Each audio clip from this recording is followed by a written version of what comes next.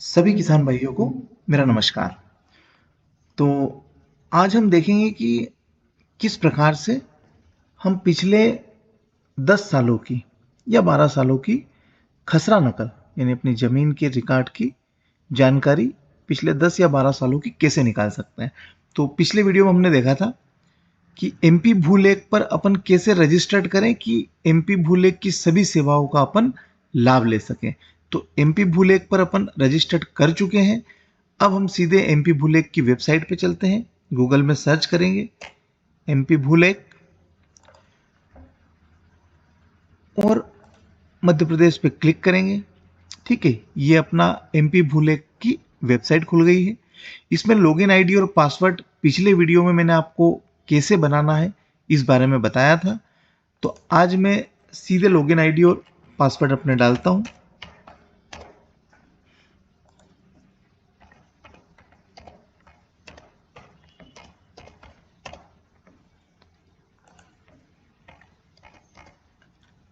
तो login ID, password और captcha code आप यहाँ पर डालेंगे। इस चीज़ का विशेष ध्यान रखें कैप्चा कोड में कि जो कैपिटल है उसको कैपिटल और जो स्मॉल है उसको स्मॉल ही लिखें, वरना आपको उसको वापस से डालना पड़ेगा।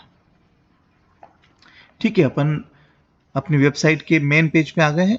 अपने जो रजिस्टर्ड अपना अकाउंट है उसके मेन पेज पे आ गए हैं।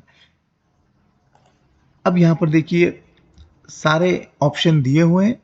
आज मैं सिर्फ आपको बताऊंगा भू अधिकार पुस्तिका, यानी सॉरी, भू अधिकार पुस्तिका भी देख लेंगे अपन, कोई दिक्कत नहीं है। मेन अपन पिछले 10 से 12 साल की जो खसरा नकल है उसको अपन कैसे निकाल सकते हैं। तो सबसे पहले भू अभिलेख की प्रति में जाएंगे। ठीक है, अपन जिला चयन करेंगे, तहसील चयन करेंगे और जो भी आपका गांव है वो गांव आप यहां पर चयन करेंगे। उसके बाद आप चाहो तो भूमि स्वामी के नाम से भी आप, अगर नाम आपको पता है कि पहला नाम क्या है रिकॉर्ड में, तो उससे भी आप यहाँ पर नाम से ढूंढ सकते हैं। आप चाहो तो खसरा संख्या यानी कि जो आपकी भूमि का सर्वे नंबर है उससे आप ढूंढ सकते हो।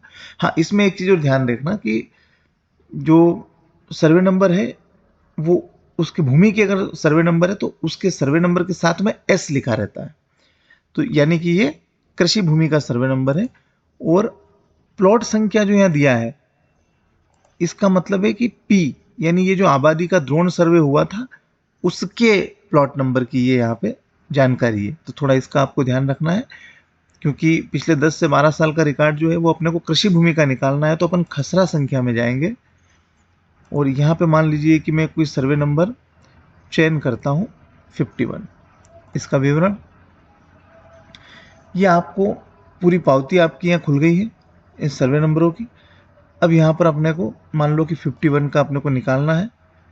तो ये पूरे खसरे का ही विवरण आपका आ जाएगा, पूरे खाते का। ठीक है, अब यहाँ पर आवेदन करे अभिलेख। अब इसमें क्या चाहिए आपको? खतौनी की प्रतिलिपि, यानी खतौनी यानी कि पूरे खाते की जानकारी, खसरे की प्रतिलिपि, नक्शे की प्रतिलिपि या खातावार खसरे की प्रतिलिपि। अब इसमें आपको एक देखने की बात है कि खतौनी की प्रतिलिपि पे आप ओके करें, मतलब कि आप B1 खुलेगा जिसमें पूरे खाते की जानकारी B1 के रूप में रहेगी, जिसमें आपके भू राजस्व वगैरह कितना है उसकी जानकारी एक ही पेज पे आपको मिल जाएगी। खसरे की प्रतिलिपि में आप जो सर्वे नंबर चयन करोगे उसकी खसरे की प्रतिलिपि आपको मिल जाएगी। खातावार खसरे की प्रतिलिपि का मतलब है कि जितने भी सर्वे नंबर आपको आपके खाते में है उन सबके खसरे की जानकारी मिल जाएगी। खसरा और B1 को अपन खतौनी भी कहते हैं और ये खसरा है। तो नक्शे की प्रतिलिपि में आप नक्शे की प्रतिलिपि पे ओके करोगे तो जो भी सर्वे नंबर आपने चयन किया है उसका नक्शा आपको निकल जाएगा। तो मैं बात कर रहा हूँ पिछले 10 साल या 12 साल का जो भी रिकॉर्ड अपने पास आ जाए उसका अपने को किसी एक सर्वे नंबर की जानकारी निकालनी है। तो खसरे की प्रतिलिपि पे ओके करूंगा मैं। सर्वे नंबर 51 मैंने यहाँ पर टिक कर दिया है। अब वर्ष देखो ये कहाँ से डाटा आ रहा है, ये तो 2002 से आ रहा है।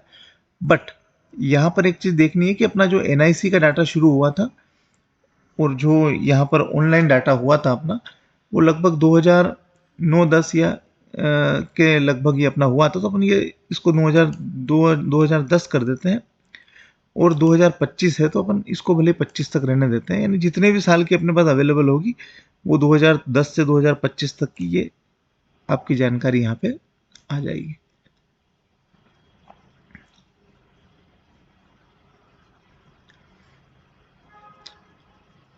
इसमें 20, 25, 30 सेकेंड या 1 मिनट तक का समय लग सकता है। ठीक है, ये अपना पूरा रिकॉर्ड आ गया 12/13 से। मैंने पहले ही कहा था कि जब डाटा आपका ऑनलाइन हुआ है उसके बाद से ही आपको रिकॉर्ड मिलेगा, यानी कि जो पहले हस्तलिखित चलता था उससे एनआईसी यानी कंप्यूटर में डाटा लोड हुआ था, 2012-13 से इनके पास रिकॉर्ड है और वहां से लेके वर्तमान तक का। दूसरी बात, आप ये सीएलआर नंबर दिए हैं, इसके सामने ही राशि दिए, यानी आपको 12-13 का अगर निकालना है तो 30 रुपए लगेंगे आपके, 13-14 का 15 रुपए, 15-16 का 15 रुपए, ये राशि आपको दी है। और प्रतिलिपि देखिए, अगर आप देखना चाहते हो कि 12-13 में क्या रिकॉर्ड था, सिर्फ आपको देखना है, आपको निकालना नहीं है,